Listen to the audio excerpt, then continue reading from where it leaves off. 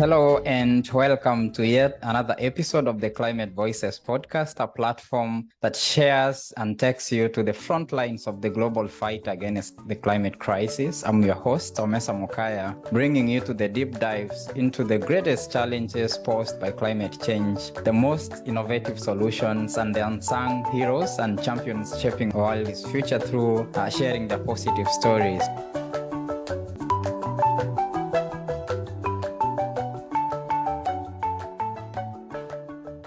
Today, we are indeed honored to have a truly special guest joining us from the heart of Africa and boasting what I consider a great and impressive career in environmental policy and has had a finger on the pulse of the intersection between environmental conservation, climate change, and Africa's development. Our guest today is the United Nations Environment Program, UNEP's Climate Change Coordinator for Africa, Dr. Richard Mnang. Welcome to the show. Thank you very much. Thank you very much, Mesa, for having me. It's a great pleasure joining your amazing podcast. Yeah, absolutely. It's a great honor to host you. So, Dr. Mnang, I know you've been at the forefront, policy making and navigating the intricacies of climate adaptation, mitigation, and the all-important sustainable development for one of the most diverse, vibrant, and yet vulnerable continents of our planet, my motherland, Africa. So, will you briefly introduce yourself and take us through your journey into where you are? Yeah, thanks again. Actually, this discussion is actually very timely because we're in 2023 and the past few months and even days have seen the continent not only suffering from the shock and impacts of climate change, but with people losing their lives from Cyclone Freddy in Malawi, Mozambique, Madagascar that caused loss of lives and destruction of property, to the droughts in the Horn of Africa, where over 20 million people have been affected, and to the floods in Rwanda and DRC that have costed the lives of 400 people plus millions that have been displaced, shows that we are living with these apocalyptic effects of climate change and something needs to be done. My names are Richard Mnang, and I'm the UNEP Regional Climate Change Coordinator. And I've been in this space for 14 years today. And starting this career and embarking on climate change since 2009 have actually made me to understand firsthand as I engage with countries at policy level and even at the ground level, engaging the informal sector and young people to see firsthand what they go through and also what they can offer. And therefore, with what I've seen from a policy perspective to implementation, and to what the informal sector, our mothers, our brothers and sisters are doing at a community level, one can confidently say that Africa is a vulnerable continent. And one of the key issues that Africa faces today is that the vulnerability of Africa, with Africa contributing just 3 to 4% of emission, but being the most vulnerable continent, is as a result of one word, socioeconomics. The vulnerability with socioeconomics comes from the perspective that the low level of socioeconomics makes the continent not able to recover when a disaster strikes as a result of climate change. When there is a flood, a mother cannot be able to move to another town because he or she cannot be able to afford money. When there is a drought, a mother cannot be able to afford food because she doesn't have alternatives. And therefore, diversification of opportunities to empower people to be able to cope and become resilient is actually one of the lacking issues. And when it comes to the policy perspective, Africa is excellent, and we need to give credit where it is due. It is the only continent in the world that have ratified 98% of NDC, which are nationally determined contributions, climate action plans that, as a result of the Paris Agreement, in December 2015, countries were mandated to submit, ratify that Paris Agreement and develop these climate action plans. But now, as we're talking, 80% of African countries have revised this climate action plan, increased the ambition more than even developing countries, even developed countries. And that is opportunity that the continent can move in a low emissions development pathway. But it also showcases that the continent of Africa and African countries and leaders to understand the inherent opportunities that climate action brings. But the mismatch is that those excellent policies do not match with the same weight and effort when it comes to implementation. And so the glaring gap becomes wider. And so what is needed now is actually how do we mobilize and galvanize the continent's strength, which is our youth. And that's why within these 14 years, what I've argued and what I have shown and I will continue to do is that you can only argue from a position of strength, and Africa's strength is her youth. They're energetic, they're passionate, they're entrepreneurial, and the changing climate, despite the fact that it's a challenge, also presents an opportunity. And it's an opportunity for jobs, it's an opportunity for innovation. And those who innovate and can be able to drive that transformational progress are the young people. So engaging them as an asset, not from a position of weakness, but from a position of their strength to devise solutions and innovations can actually see Africa turning this challenge of climate impacts to climate opportunity. Yeah, thank you so much. That's a very in-depth, review of what you've been doing and what Africa can do. And I know Africa is a very diverse continent, first of all, to start from there in terms of its peoples and in terms of its ecosystems. And even from how governance structures are set for different countries, we find different policies in terms of addressing the climate change are very unique. You have mentioned the nationally determined contributions. I know different countries have their own NDCs. Kenya, for example, had its revised NDCs from 30 to 32%. But, your work ranges from not just in one region in Africa, one country in Africa, but the entire region. So for over the 14 years that you've been working, what are some of the opportunities you're seeing? Challenges again. First of all, you start with the challenges given the diversity of Africa and the different set of governance structures for different countries that we can galvanize as Africa to make sure that we move forward in terms of catching up with the rest of the world. In terms of addressing the climate crisis. Yeah, very important question. Omesa, the continent of Africa, of course, is diverse. Yes, of course, it has different climatic and agroecological zones. But there is one commonality, which is its vulnerability to the changing climate only differ in magnitudes. No country is immune in the continent. And because of that, what I have also learned over time is that Africa's challenges also have common solutions. That a drought in Togo or in Burkina Faso, with the application of a solution like Zai, which is an indigenous knowledge, can be applied into Ghana in Kenya. And that a solution in Kenya can actually, like conservation agriculture in Makweni, can be applied in Yaoundé, in Gandere, in Cameroon. So common problems, common solutions. And I think this is a starting point. The next aspect is that when you look across the entire African continent, it's a youthful continent, whether it is north, south, central, eastern part of the continent. It's a youthful continent. And that commonality means that despite the fact that there are different governance structures and different architectures of leadership, the commonalities to me are an advantage, because even if you look at the continent, the foundational premise of how Africa has been governed for till today is that those traditional structures still do exist. If you take, for example, governance structures, there are still kingdoms across Africa. In Buganda, we have the Buganda Kingdom in Uganda. In other places, we have kingdoms that still have those structures that can be leveraged to be able to reach the population and masses across different regions in the country and even the continent. Why I'm bringing this up front is to present an opportunity that is not tapped before I come to discuss the challenges, because under the changing climate, we must always see challenges as disguised opportunities. But the fact that there are opportunities in disguise that are not being tapped, every challenge then needs to be matched with that opportunity. And let me start with the challenge of governance. Climate governance in the continent today have a challenge of implementation. When you look at the 2016 Climate Act of Kenya, actually the most ambitious act, where the head of state actually chairs it, meaning that they have the national emblem and the national leadership. It's progress. When you look at the national action plan, national adaptation plans, and climate action, national adaptation plans that over 21 African countries have put in place. When you look at the ratification of the Paris Agreement and also the revision of the Paris Agreement, it tells you that climate governance in the continent is solid, but the challenge is implementation. And so the argument should be, with all these laws in place, with acts and climate revisions and updated NDCs, brilliant. Now the discussion now needs to be, how do we operationalize this? And I think there are two aspects that need to be part of the mainstream. If you get into the market or to a shop to buy something, the first thing will be, regardless of where you are, does this thing have value for money? Is there value for money? If I was to buy this for $5, is it worth it? And that means that where you put your money, as they say where I come from in Cameroon, you put your money where your mouth will thank you. It therefore means that investors investing in implementing climate action, especially the NDCs, will and must have to see returns on investment. But Africa is lacking behind. And that's why Africa needs to drive NDC investment plans.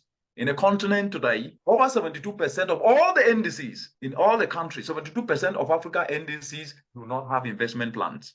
That is a big challenge. Even the 28 that claim to have investment plans are not investment plans, they're just costed. But to implement food security, to implement climate smart agriculture, this is the amount Africa needs. It's not an investment plan. An investment plan is, if you were to drive solar power irrigation and drive uptake of solar dryers and drive uptake of agroforestry and drive uptake of e-mobility, what will be the enabling environment that is needed for these? What will be the opportunities that private sector can tap into, and what will be the returns on investment? That will have to be documented using practical empirical evidence. And at the same time, that's one dimension. The other dimension is what I call regulatory and policy reform. If it is, for example, solar power irrigation, can countries be able to waive taxes on importation of the parts that assemble solar power irrigation? That's a physical incentive. Can we be able to ensure that at least, if it is land tenure, there are regulatory reforms that ensure that accessibility to land, especially for our mothers to be able to own land and invest in it, knowing that they own it, can then be able to happen so that land titles can easily be given. These are realistic, practical elements of developing an NDC investment plan. The second aspect is finance. Because I was speaking today, Africa needs over 1.6 trillion US dollars between now and 2030 to implement their NDCs to drive resilience of the continent. But unfortunately, between 2016 and 2021, the amount of money that has come to the continent is merely just about 5.5%, whereas the continent needs over 126 billion annually between now and 2030. The paradoxical part is that out of the resources, the meager resources that have come to the continent, only about 80 billion between 2016 and 2021, 80% of those resources are coming from international public sources and only 14% from the private sector. That means we cannot depend only on public sources to be able to drive transformational climate action. We must incentivize private sector to be part and parcel of this. How do you do that? Enabling environment, NDC's investment plans, and at the same time developing what I call innovative blended finance tools, because we need sources of finance, not only from government, but from the private sector. But the last aspect that I really want to portray is one in which I'll keep coming back to it again, is that no matter the amount of money that comes to the continent, it is people that drive transformational solutions. Unless the young people who are not just the architect of driving solutions in the continent, but who are the asset and who are also the implementers that need to be tapped into, unless they're de-risked, we might not be able to move. And what does this de-risking entail? It's about training and capacitating them. It's about retooling their skills. It's about giving them the right tools. Also, not only from the perspective of what they need to do, but also changing the attitude to start seeing challenges as disguised opportunities. And that needs training, that needs awareness, needs giving them the right education that focuses in teaching them how to turn climate challenge into climate opportunity where enterprises are. Turning waste, simple waste, agricultural waste, household waste into biogas. You tap into not just a billion plus industry in the continent, turning waste to fuel briquettes. You tap into over 20 billion US dollar market in the continent replacing charcoal. I think until this becomes the mainstream, it will continue to be a big challenge. you've mentioned a lot of things there. I've picked up things from policy, from finance, from local solutions to climate challenges in Africa. Referring back to what you said about how the governance structure is set in Kenya through the Climate Change Act of 2016, we know that you said implementation is a big challenge, especially in Kenya or in any other country in Africa. But how the structure is set is that climate change, for instance, is a devolved function of the national government, meaning implementation is done down at the county levels. So do you see, for example, different countries coming, downscaling that into the smaller units of implementation at the county levels, presenting an opportunity for implementation again? And when you talk about the aspect of finance, you say much of the financing that is given to addressing climate vulnerability in Africa comes from outside of Africa. So where are these opportunities? Because if we are talking about, African solutions for African problems, where are these funding opportunities, for example, in Africa, that we can tap into, to address the climate crisis locally, for example, in Kenya, or in Cameroon, or in Nigeria, in any other country? Yeah, very important point. And I think that I will start to answer that from three perspectives. So the first is there's no absence of solutions and sources of finance that can be looked internally. But we need to be cognizant of the fact that the amount of money in terms of cash is about 1.6 trillion US dollars that Africa needs. That's one. Two is that we have focused more resources to drive transformational climate action on cash alone. People have not been put at the center, especially the young people, who can be able to be the engineers and drivers of solutions. And I think this podcast is an important opportunity to make the case that yes, we need resources, but where are the people? Are we capacitating and retooling the skills of the very people who are supposed to leverage the resources that are raised to then make impact? And I think once that starts to get and sink, we will have more resources, because even the little that could be raised, we will start to see transformational shifts. If you throw money on people who do not have the know-how, there is no magic on earth that is going to address the problem that any country or any community faces. The other aspect that you mentioned, I think, is very important. The devolution system of Kenya and other African countries like Nigeria, which is a federated state, is a federated nation, do have counties, and in Nigeria there are states and other countries where there is the devolving of power for environmental and climate action to happen at the county level. Excellent. If you take Kenya, Kenya is actually a leader. Many counties in Kenya have actually not only passed climate change laws within their county assembly, they've even gone ahead to create climate change fund. And that is an opportunity to then be able at county level to raise funds both internally and also externally within the country and externally internationally. That is excellent. My argument is a step in the right direction.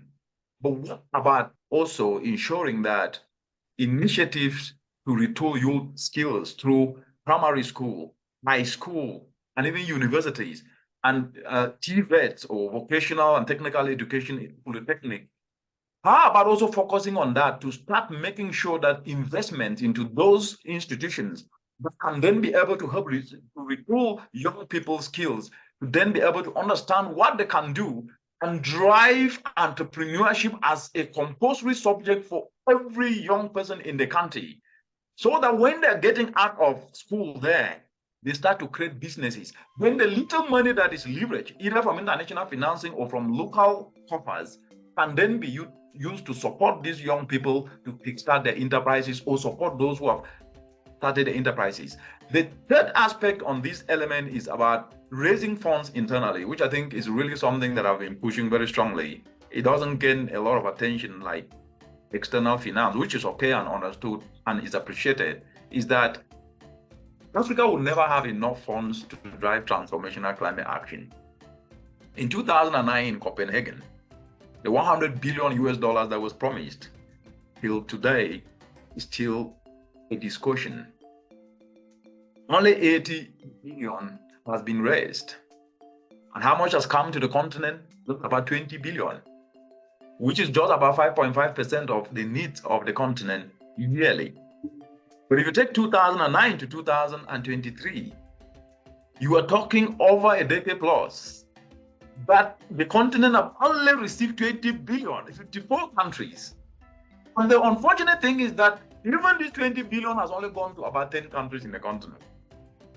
From the statistics that we have, it behoves us to say, until Africa starts looking internally, and I want to make this clear that Africa looking internally doesn't mean that international obligations should not be honored. But if your house is on fire, you will not wait for neighbors to come and put out the fire. You will start to play your part to put out that fire before neighbors come and support you. Does it mean that Africa should continue burning as international finance delay? Absolutely not. The citizens of the continent need a decent life. They need to be protected. They need to be well resilient. And therefore, African countries and governments must now start innovating to devise means in which they can use the little they have. Because the good news is that every year, African countries spend $3 billion, which is 20% on adaptation, 20% of the adaptation needs yearly. If they can spend that, it means that they're doing something. But the question is, can they start to use that $3 billion, devise risk sharing facility, which is very simple, develop instruments with central banks that can incentivize, actually, that can incentivize commercial banks and cooperatives and chamas and SACCOs to lend to those who are doing well in the climate space, low interest rate, and government can add more physical policy incentives like waiving taxes on those who are developing and fabricating solar dryers, on those who are turning waste to biogas, on those who are dealing in the climate space so that at least they can become implementers. This is the kind of new thinking that is needed. But back to your question on county levels, I actually believe that counties have done very well in Kenya, yeah. And I believe I'm seeing in other countries, Nigeria, states passing climate laws. But what I think needs to be done in addition to that excellent progress is now making climate change and climate action part of national development and county development by integrating this within the educational curriculum and making this part and parcel of budget making, which is what we push as the UN Environment Program called sustainable budgeting. What sustainable budgeting simply means is food prices are up today. We have energy crisis. What can be done is that any budget must be able to be climate proof. If it is agriculture, is it climate smart agriculture that will deliver it? And then a budget for agriculture must be able to be located to ensure that every aspect of nature-based solutions, climate smart agriculture approaches are the ones that will drive it. If it is on energy, which Kenya is a leader on energy with over 89% of its energy coming from clean sources, that then means that energy budget will then definitely have to focus more on clean solutions. And the same for infrastructure. Is it resilient? So sustainable budgeting is leveraging climate and environmental solutions to help drive socioeconomic opportunities. And doing that, we'll see countries implement their NDCs. We'll see countries address the sustainable development goal, as well as their visions. And in the case of Kenya, Vision 2030. I want to try to differentiate between mitigation and adaptation because for a long time, we've seen a lot of efforts focused on mitigation because if we're talking about Africa, much of what we need is actually adaptation because Africa is a negligible emitter of the greenhouse gas emissions. So, and there's a term I learned from you, mitigation powering adaptation. So how do we ensure that there are these efforts, implementing mitigation as a complement to supporting adaptation, because we might actually put more focus on adaptation again and forget mitigation, which has been a major focus, in the rest of the world. That is a very important point. And this brings me to this aspect of narrative. The narrative of climate change in the African continent has not actually helped the continent. And I say this with a heavy heart from the perspective that the continent of Africa is vulnerable. In fact, their emission is only 3 to 4%. And the vulnerability is as a result of low levels of socioeconomic. And therefore, because of low level of socioeconomic aspects, the continent needs to put money, people need to put money in their pockets and food on the table. And if you take the continent today, over 65% of the continent workforce is in the agricultural sector. At the same time, in the continent, over 620 million Africans are energy impoverished. But when you put everything together, you will notice that it is not possible to build resilience and ensure that mothers can put more money in more pocket when you lock them down only at production level. And when you don't add value to what you produce, that's where Africa has been behind, and Africa has been losing as a result of post-harvest losses over 48 billion US dollars. It therefore means we must be able to look at how we can leverage opportunity in the climate action space, regardless of whether Africa needs adaptation or not. And what we have done is that a mother produces using agroforestry, which is a nature-based solution, an ecosystem-based adaptation approach, and she produces her tomatoes or her vegetables as kumawiki, and it gets spoiled, it is just as good as her having produced anything.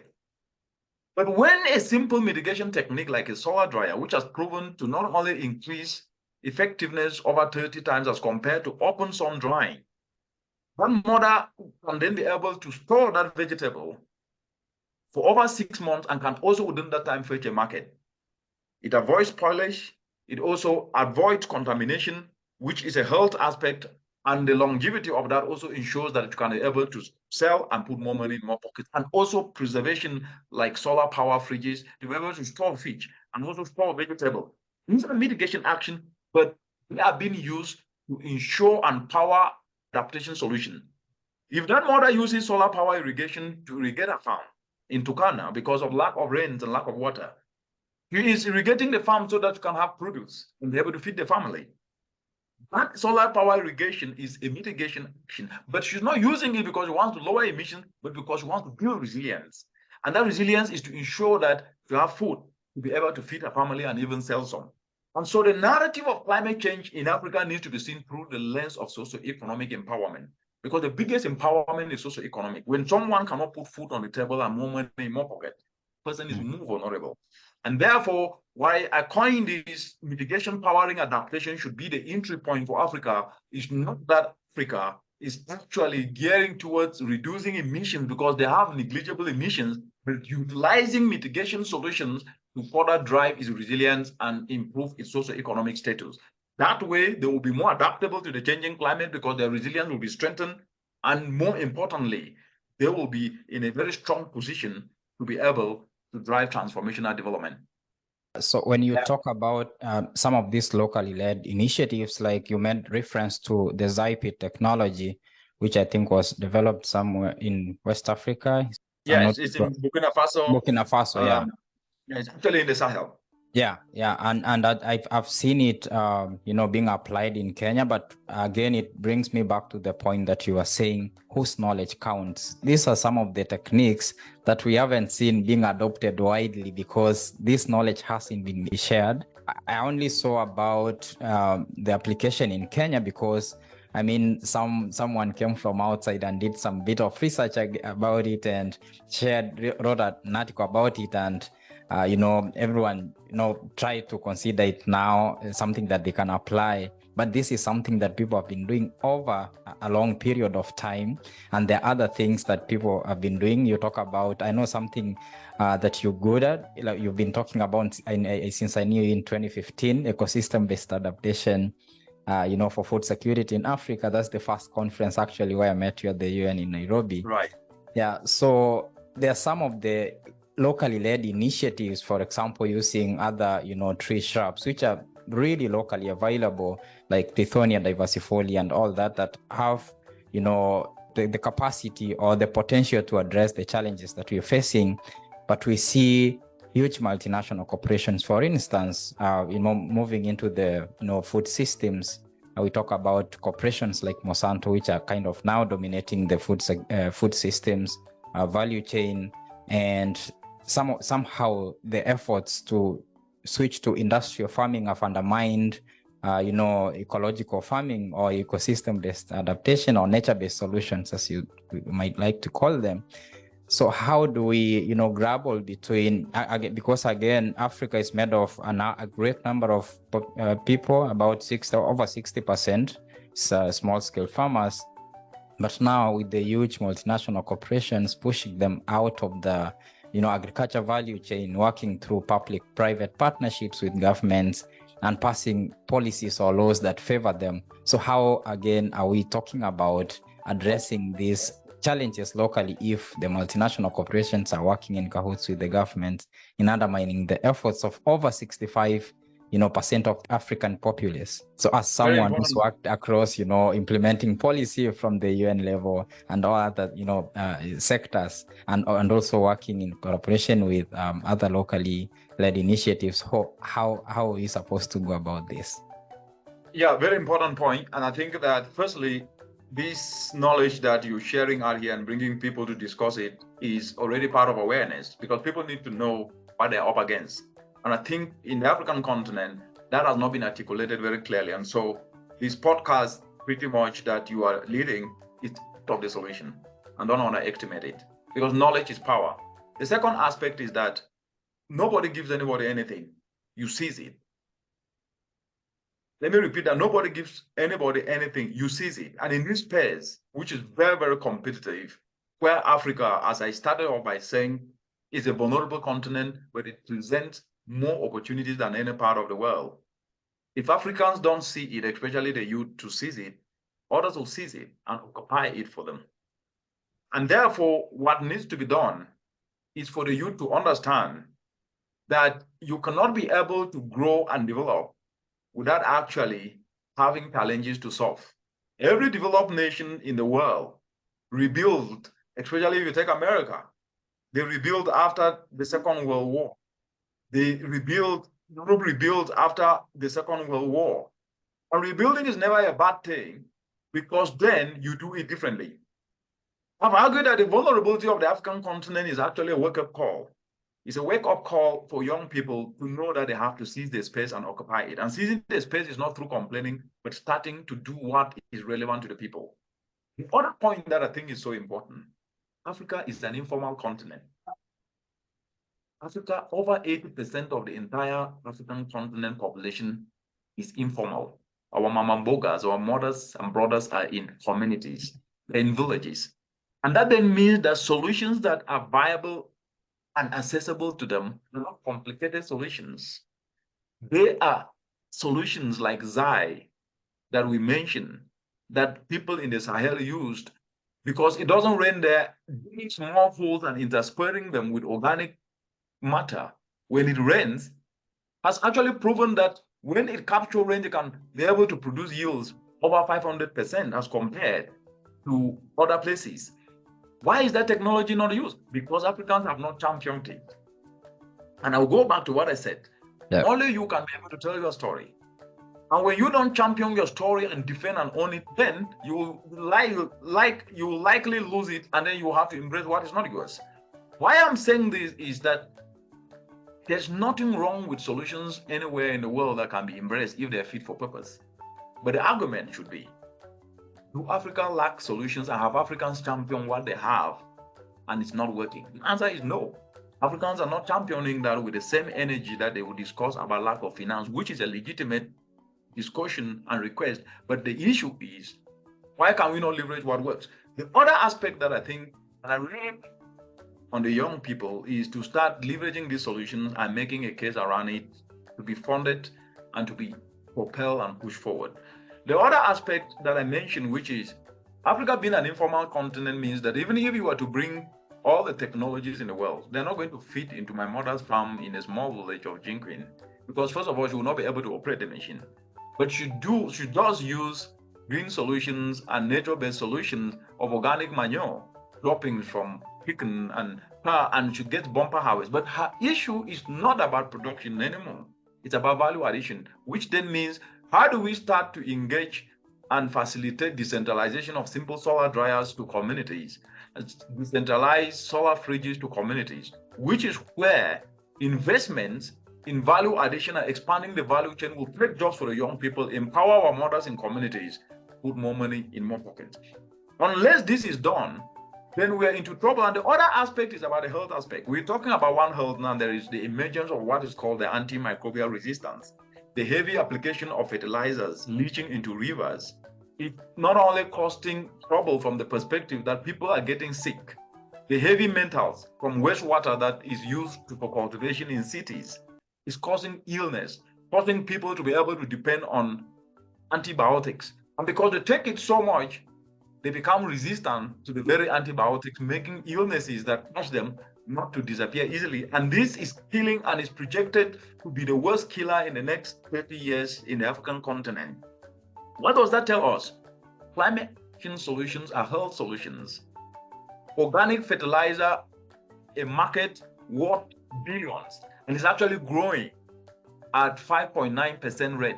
But how many African countries are investing organic fertilizer where jobs can be created for the youth as environment is not only protected, but climate resilient development is built? The other aspect is biogas. And I've argued is when the just transition debate came up, the continent started talking about we need to explore and extract our gas. Fine and good. The question is, how many mothers in rural Kenya and rural Cameroon and rural Nigeria can be able to afford a cooking gas stove? But they have been using charcoal. To displace them from charcoal, you need to bring an alternative that can still serve that purpose. And that's where briquettes come in. So why don't we start with what can be easily accessible as we then bring the other aspect that can build on top? It's about electricity discussion. Or else we need to decentralize electricity to every village. Excellent, that must happen. But the question is, how will that mother be able to buy a light bulb if she cannot put food on the table and money in the pocket? Therefore means electricity and energy cannot just be about providing electricity. It needs to be what I call competitive energy, where it is about to add value, to power agro-industrialization in communities, helping mothers to be able to dry their vegetables, dry their tomatoes, powering solar fridges, powering solar systems to make sure that people can then be able to power cottage industries at that lower level and drive agro-industrialization. This needs a policy dimension, and this also needs a citizenry dimension to embrace these solutions and champion them. And so to your question of external infiltration of the continent with solutions that are not fit for purpose, the counter to that question is the continent actually looking at what they have and presenting it not just to the world, but to themselves that this is what we need and finding ways to expand that.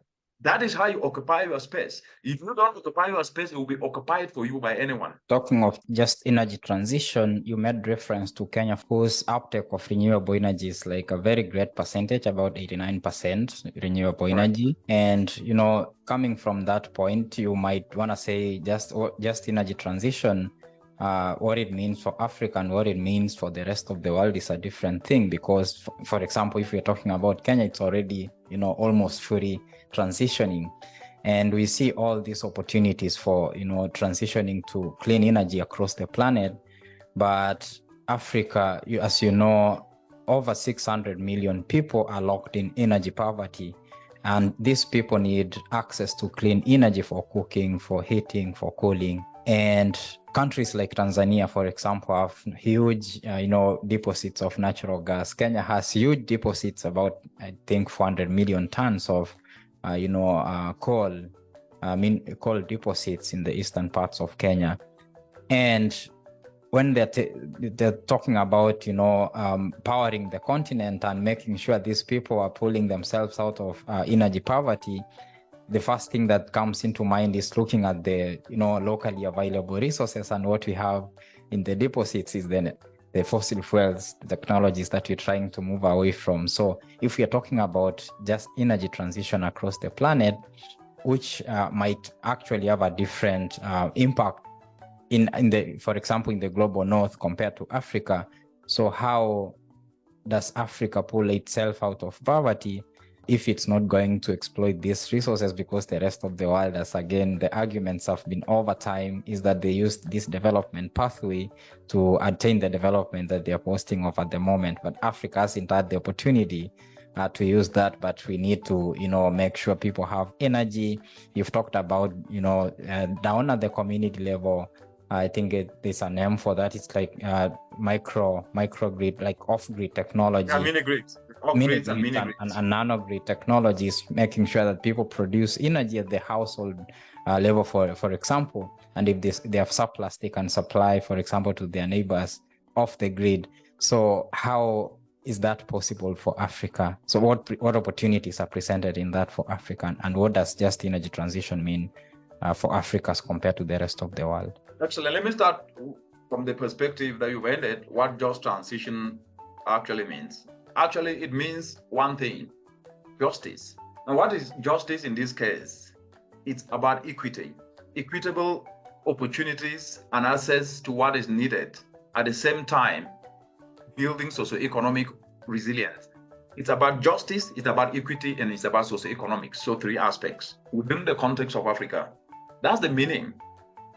It therefore means a mother who is in a village in Ghana and haven't have food to eat because of a drought and doesn't have money in his or her pocket or food on the table cannot be discussing just energy transition when she's hungry. He said, if you tell a hungry child that you gave him or her food yesterday, that means nothing to that child. She's hungry. He needs food. He is hungry. He needs food. What does this mean? It means the socio-economic empowerment of Africa is number one, but it must be number one from the perspective of how we leverage climate action to drive that socio-economic without adding to emissions. That is the starting point. And that goes to the other aspect of countries wanting to explore their gas. And my argument on this is this. I think we're going too fast, even for the right reasons, and forgetting the issues that Africa faces. Number one, Africa is not facing an issue of emissions. Africa is facing an issue of vulnerability. Yes. Number two is that the vulnerability is higher in those who are socioeconomically disabled because they lack alternatives. It then means unless you focus on addressing the socioeconomic low-base issue, you cannot be able to lift them from the bottom of the pyramid and out of poverty. And when they're impoverished, they're more vulnerable and susceptible to the climate impact. The third, why I'm bringing this dimension is for our viewers, listeners, to understand this debate. The third aspect is, if Africa is an informal continent, over 80% of the population is in the informal sector, what is the best approach to empower them to have access to clean cooking? Because 920 million Africans are energy poor, they're energy impoverished. They use unclean cooking, they depend on charcoal and firewood. And this is not only lowering their socioeconomic status, but it's also lowering their health status. Over 700,000 Africans die every year because of indoor pollution. Why? Because they depend on charcoal. They committed no crime. It's because they lack alternatives. If this is the case, which alternative do you provide to prevent loss of lives? 700,000 Africans, these are not just a statistic, these are lives that have been lost. And at the same time, empower them to lift themselves out of poverty. You must look at what I call accessible solutions. And these accessible solutions, like I said before, if a mother cannot be able to afford a meal, where will she get money to buy a gas stove? Even if you provide her with gas at zero VAT, you need to have money to buy. That then means we must look at ways in which we can empower communities to drive enterprises to put money in their pocket to be able to afford what they can afford. And to start off with that, there needs to be leveraging what they are already doing, making accessibility to financing using chamas and SACCOs and cooperatives that are accessible to these people so they can be able to afford the resources they have to create their businesses using what they already have. And as they get empowered, we can then into the other aspect. And the question will be, does it mean Africa should not explore their gas? The question is not about Africa exploring gas or not. The question is, what is the best easy approach to lift people from the bottom of the pyramid while at the same time building climate resilience and ensuring that Africa is not polluting its environment? And the answer is, Africa should leverage what is accessible and immediate. It paves its way towards looking at what is the best means to move forward. Let me just say this for the record. Building one liquid petroleum gas costs 25 billion US dollars. And liquid petroleum plant, building one liquid petroleum plant costs 25 billion US dollars. That's just what build, and that liquid petroleum gas plant is not a finished product. There, you now need to build another plant now to refine it. You're talking about billions. That is the very amount of money that Africa needs to invest to make sure that the energy impoverished people can be lifted out of poverty. Does it make sense to use that money and incentivize enterprise opportunities for young people and the informal sector so that we lift them up? And as they start to grow and pay taxes, the government coffers can get more money and then invest in such to be able to extract gas, whereby the people that they want to address now have little money in their pockets to buy. That makes economic sense. So the debate that I think Africa is jumping to on just energy transition misses equity and socio-economics. Yes, focuses on justice that they have not contributed to the problem, which is valid, but misses the starting point and who this should serve. And when the argument is not made in this simplistic way, we miss the logic and we miss the nitty-gritty, and then emotions come in that are still legitimate, but then we lose the big picture and then get embroiled in this back and forth debate of should we leave our gas under the ground or should we explore? The question is, where will you take the money to build the gas plant? It will be loans. Who will pay the loans? The citizens. Will the job come from for the citizens to be able to be doing what they need to do to pay taxes? The jury is out. Yeah, thank you so much for expanding on that. The reason why I ask that is because in the name of, trying to solve this energy crisis that we have in Kenya, the energy poverty, we have seen a lot of, and the crisis happening in, Russia and Ukraine, we have seen a lot of, countries in the global north rushing to Africa and trying to have, agreements in exploiting the natural resources that we have, the fossil fuels deposits that we have, not for the purposes of solving the energy poverty in Africa, but to export the energy back to their countries, which are solely, dependent on that, because there's again a crisis that has been cut off from Russia. Again, talking of justice, you mentioned a critical point about justice and equity.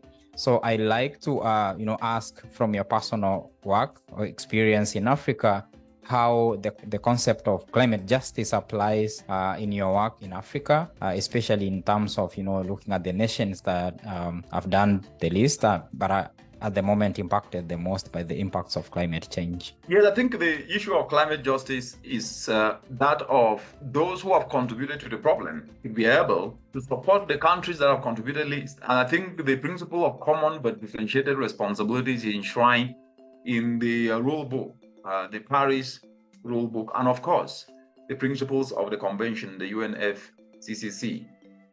The point that I made earlier, which is that climate change is a moving target. As the discussions are going on, people are dying. So it's not like it's waiting that when we agree that will be supported tomorrow, then everything will stop. As the debate is going on, there are cyclones, there are floods, there are droughts, lives are lost. And as I always say, if you carry your own water, you will know what every drop means. When you lose a drop, only you will feel the pain because you know how hard it was to carry that water and what every drop means to you. Those who are feeling the pinch of this are not actually part of this debate. Yes. Our mothers in communities, they know really nothing about this, and they don't care to know because it's about livelihood and survival. What I think needs to be done is to apply justice from the perspective of engaging those communities and providing them with a little that is available. Engaging those communities and building on the knowledge that they have used to survive even without support. Because I can tell you that sometimes the noise of our shadow the progress that is made even in communities where there is no support. In my country, Cameroon, where I come from, in my village, Jinquin, where I grew up in the northwestern part of Cameroon, I saw it firsthand crop failure in my mother's farm, and I've documented this in my book. But the point is, there were coping mechanisms in which you used to survive. Yes, the corn maize will fail, but there are also techniques you use to bury yams underneath the earth for almost 6 months that you go duck them and come and feed us. Are we trying to understand how she did it? Also build on that so that at least her knowledge can add to the debate? Seems not really an urgency at the moment, which means that those that are more vulnerable also have solutions seem to be abandoned in this debate. I believe the real justice will also be to understand their gaps, to fill those gaps, because to them it's about livelihood, survival, and at the same time they need food on the table and more money.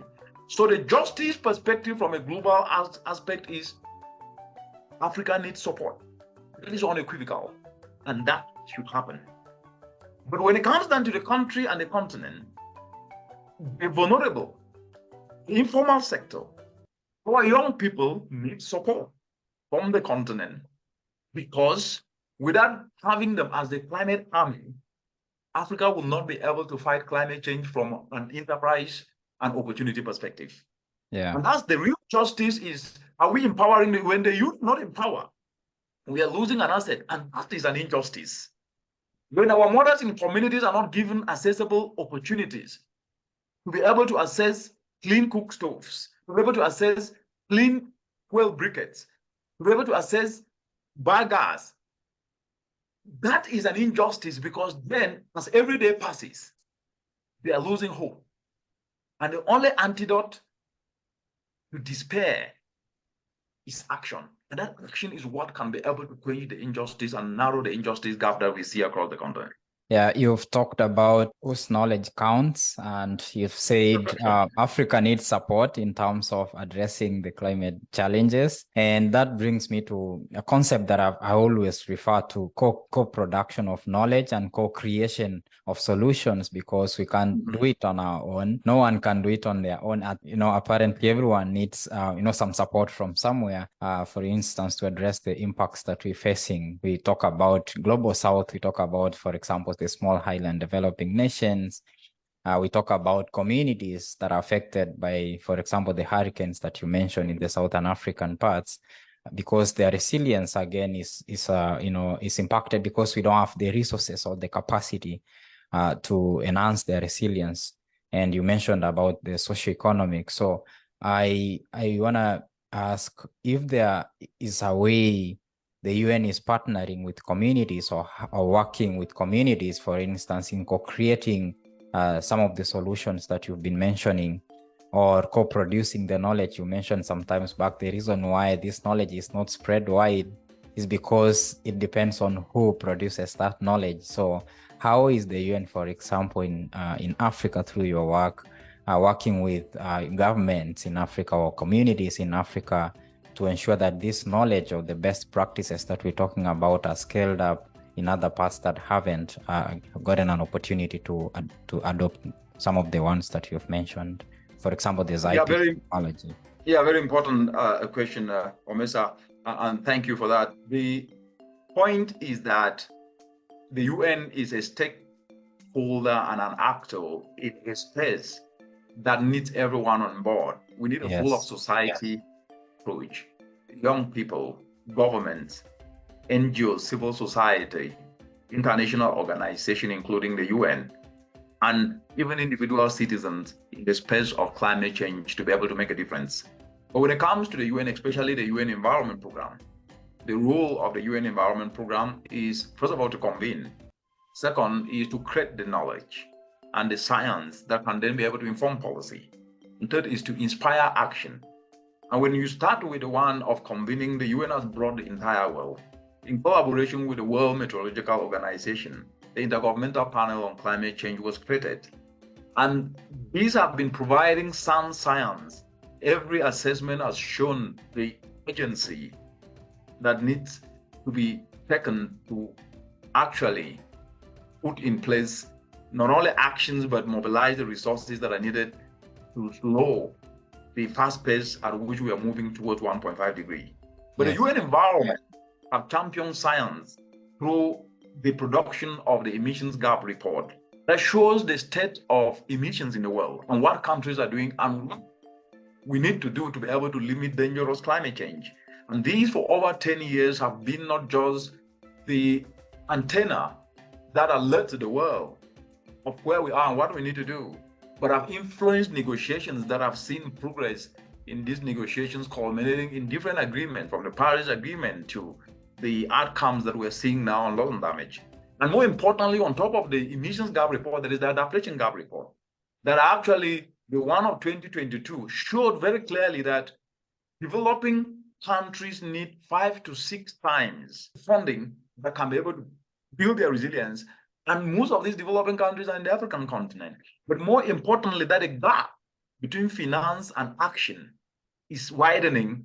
And whereas the implementation of policies and the national adaptation plans, most countries are having policies, they're putting this, but the implementation is where there is a mismatch.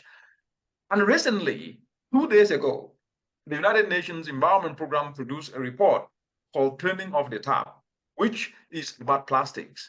And it's showing that between now and 2040, if actions were to be taken both by government and non-state actors, 80% of plastic could be taken out of the environment. And that will take reducing the usage of plastic that can be able to save 30%, actually recycling that can save 20%, and also diversifying and reorienting. And this will then be able to create over 1.2 trillion US dollars, save 1.2 trillion US dollars, and create over 700,000 jobs. What am I talking about plastic here? The production of plastic results into emissions. And globally, plastic production results in emissions between 3 to 4%. That is exactly the amount of emissions that Africa emits. So if plastic were a country, were a continent, it would be equivalent to the emissions of Africa. And more importantly, in addition to the fact that plastics are littered into the environment and they clog up drainage systems, and with the changing climate resulting in torrential rainfalls and resulting to flooding that are not only plunging people into suffering and submerging their farms and homes, it means that when we reduce plastic in the environment, we are also creating an opportunity to ensure that at least the flooding is reduced. And the last aspect is that when people get sick as a result of flooding, either it is sickness coming as a result of diseases that come because of water standing somewhere, mosquitoes getting into it, or cholera that they drink the water because it gets into the streams in which they drink, that further impoverish them, lowering their socioeconomic ability to be able to build resilience. So the linkage between pollution, plastics, and climate, why I'm bringing this up is to show at the knowledge front and science, UNEP has championed this, and currently as we speak, during the United Nations Environment Assembly called UNEA 5.2, last year there was the adoption of a resolution to create a legally binding international agreement on plastic. And that will actually come into force in 2024. So the convening space of bringing member states to make decisions and drive legally binding systems, UNEP does that. Now let's come now to how does it inspire action? With all the science, what UNEP have been doing in helping member states is actually to inspire action. And inspiring action, firstly, helping countries to turn their nationally determined contribution, their climate action plan, into investment plans.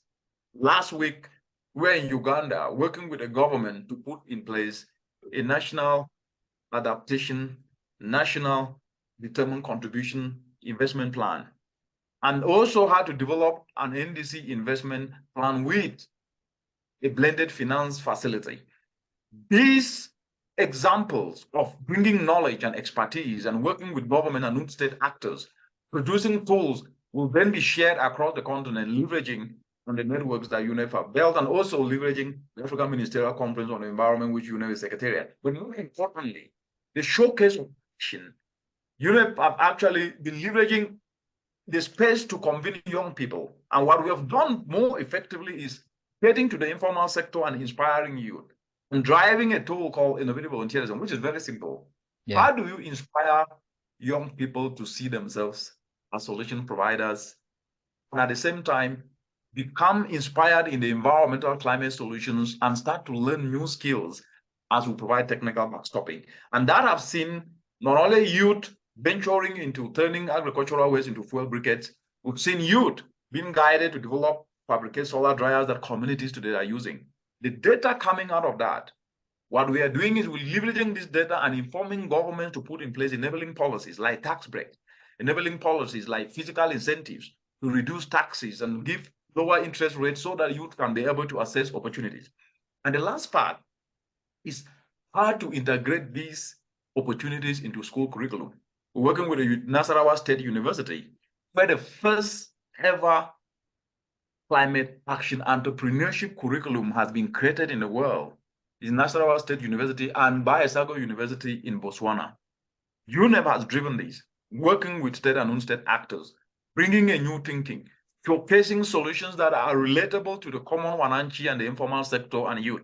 And that data will continuously be used to champion and integrate into different UN portfolios through the United Nations country teams and leveraging and providing data to state and non-state actors so that at least they can see practically a climate opportunity is seized from climate challenges. I was actually going to ask if you have something to say to the youth, but you already started mentioning it. It's like you went ahead of my thoughts. You mentioned something about innovative volunteerism. Again, this is something that I've been following up on what you're doing on social media. And actually, through what you're doing, you're sharing through your platforms. It's something that the youth needs. Again, if you're talking about disseminating the knowledge.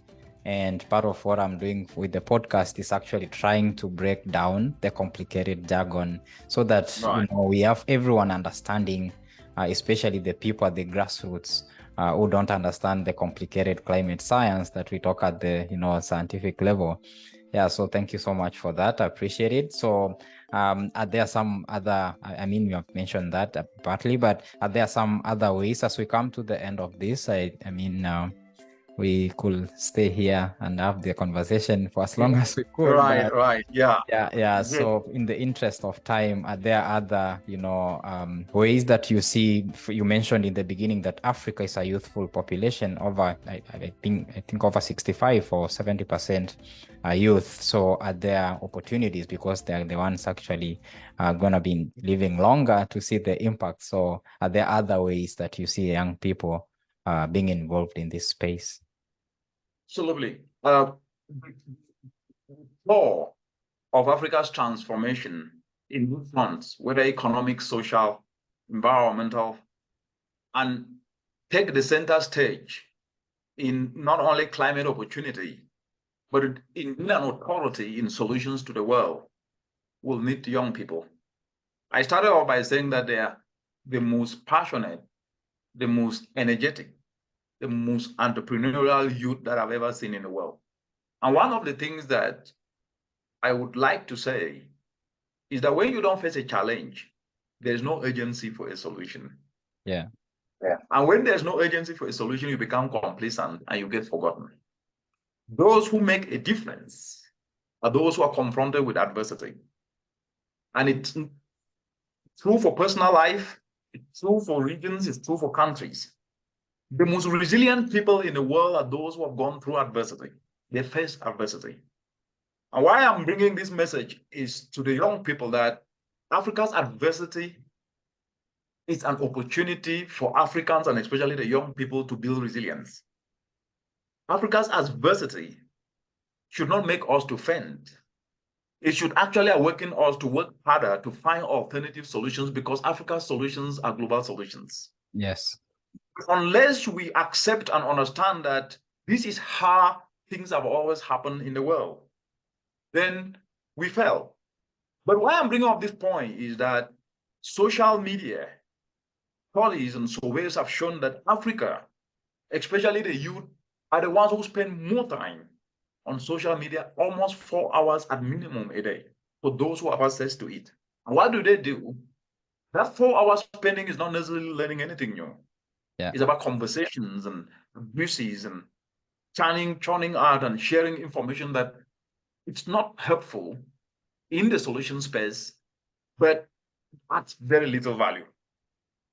It's about role models that are by the word role model, but there is really nothing a role model about that. In that we are supposed to use these spaces to share solutions. Because if there is social media today, it means that a youth in Togo who is yearning for solutions can be able to engage with a youth in Kenya, not necessarily having to fly through to Kenya.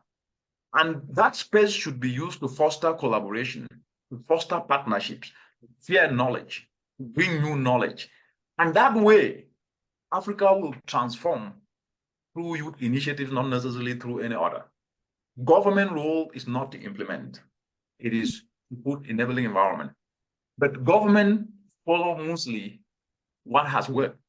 When you showcase what you've done with force government and the youth today, because they are the biggest population in the continent, also have a powerful tool, which is electing leaders.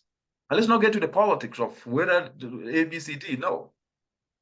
They can be able to decide the future Africa wants and Africa needs by playing their role in solutions and at the same time also correcting the governance systems in the continent. Therefore, saying this to say that it